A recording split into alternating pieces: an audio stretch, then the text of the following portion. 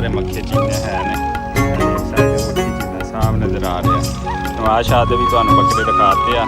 अस्सलाम वालेकुम सज्जनों बेलियो तो मित्रों, तुहाडा की हाल चाल है? उम्मीद है सारे ठीक ठाक होणगे, वधिया होणगे। सारे ਜਿਹੜੇ कुरबानी ਦੇ बकरे लगते पे हो, आओ मैं तुहानू फिर बकरे लभ के देवां। आ देखो माशाअल्लाह नाल किड्डे खूबसूरत कुरबानी के बकरे ने माशाअल्लाह। मुल्तान मंडी में जिन्हों नहीं बकरा लगता पिया हैगा वो आ जाए मुल्तान मंडी के तो तुहानू खूबसूरत बकरे जड़े है ना वो तुहानू लै दिया माशाअल्लाह। देखो जी सारे बकरे खूबसूरत ने, तंदरुस्त ने, खाते पींदे ने, चलते फिरते हैं। तो तुहानू फिर बकरे लै दईए मुल्तान मंडी चो सस्ते तो म्यारी। देखो चेक करो खूबसूरत बकरे हैगे ने।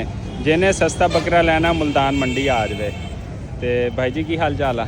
ठीक हो? तबीयत से ठीक है माशाअल्लाह जी। खूबसूरत बकरे ने सारे देखो तो वधिया ते सस्ते बकरे। देखो जी क्या बात है जी, सुभान अल्लाह। यह जे बकरे जड़े हैं ना बंदा पूरी मंडी लभदा रहे नहीं लभदे हैगे। ते जिन्हें जिन्हें बकरे खरीदने आ सस्ते अच्छे ते म्यारी लोन नालों सस्ते हो गए जी इतने बकरे।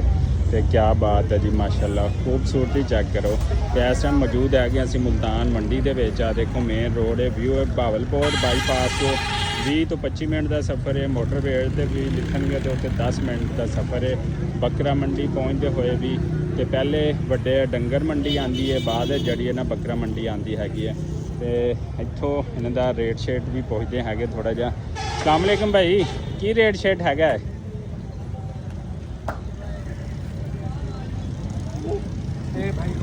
हाँ भाई जी की रेट शेट है बकरियां का?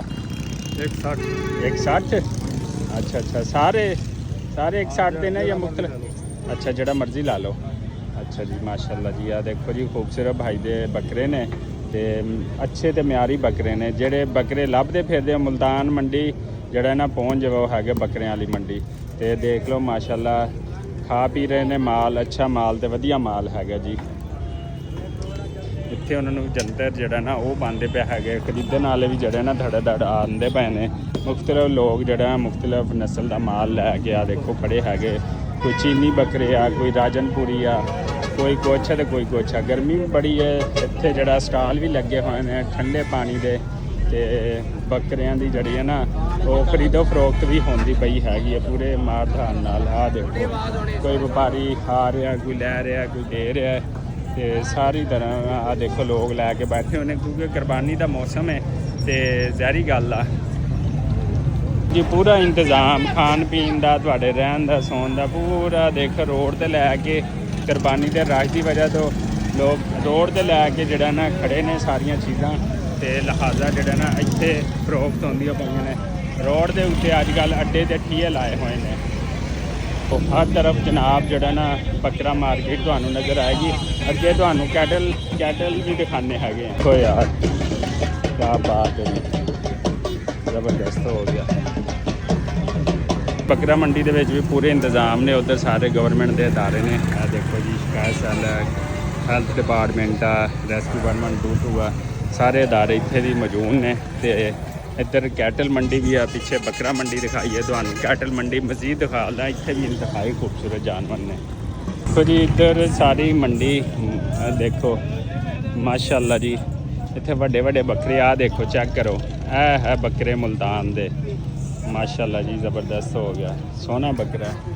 यह देखो जी क्या बात है, शहजादा माशाअल्लाह माशाअल्लाह। देखो जी खूबसूरत बकरे ने पूरी मंडी में। सब तो बड़ा बकरा चेक करो। हा क्या बात है ना बकरियां दी।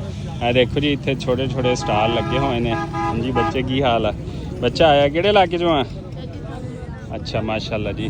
देखो इधर राजनपुरी है। किहड़े बकरे ने? राजनपुरी है कित्थों दे ने? हाँ इत्थों पकड़ी एक मिनट किवें चलदा पिया कैमरा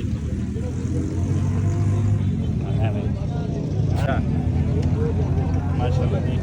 अल्लाह ताला ये कित्थों किहड़ी नस्ल है भाई बकरियां दी? वाबशाह इत्थे कर थोड़ा कैमरा में पूरा आवां विच बकरा ही आवे। आ देखो ते इधर देखो नवाज शाह ते एक आ बकरा चेक करो छोटे उठ के आ ये क्यों पर्चा है नहीं तेरे को? नवाज शाह दा बकरा चेक करो क्या बात है जी।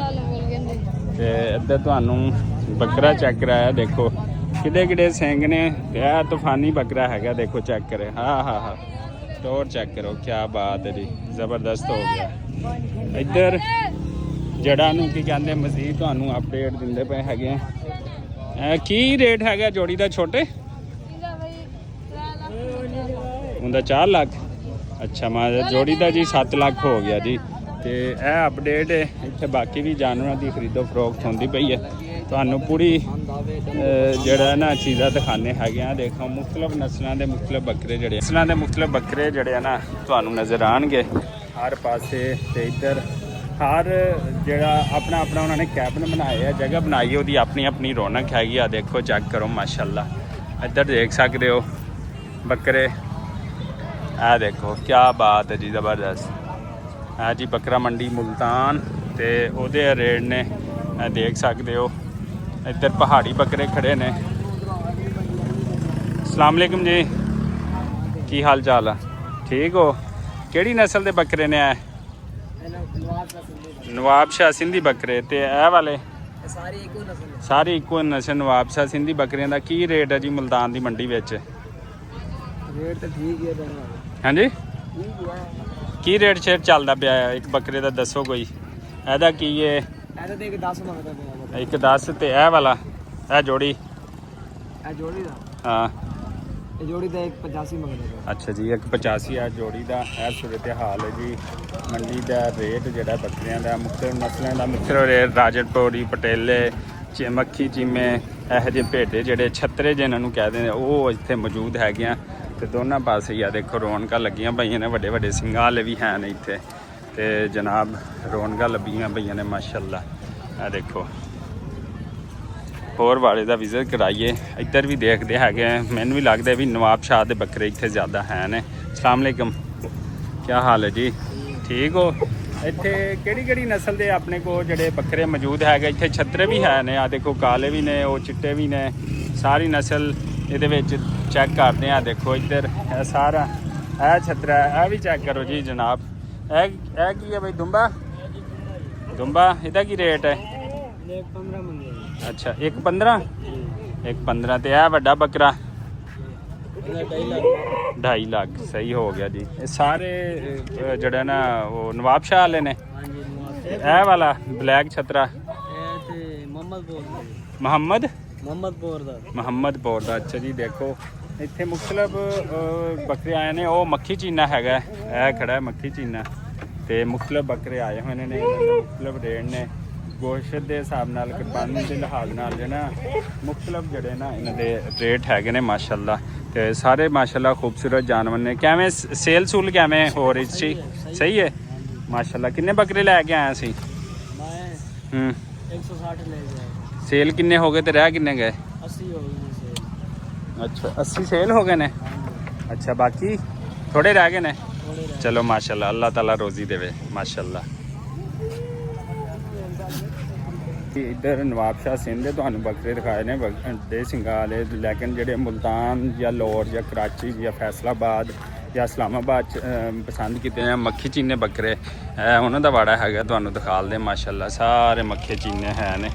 ਇਹ ਦੇਖ ਸਕਦੇ ਹੋ ਮੱਖੀ ਚੀਨਾ ਸਾਫ ਨਜ਼ਰ ਆ ਰਿਹਾ। ਨਵਾਬ ਸ਼ਾਹ ਦੇ ਵੀ ਤੁਹਾਨੂੰ ਬੱਕਰੇ ਦਿਖਾਤੇ ਆ। ਤੇ ਹਰ ਕੋਈ ਆਪਣੀ ਇਸਤਾਦਾਦ ਦੇ ਮੁਤਾਬਕ ਤੇ ਸਾਰੀਆਂ ਚੀਜ਼ਾਂ ਦੇ ਮੁਤਾਬਕ ਜਿਹੜਾ ਇਹਨਾਂ ਨੂੰ ਪਸੰਦ ਕਰਦਾ।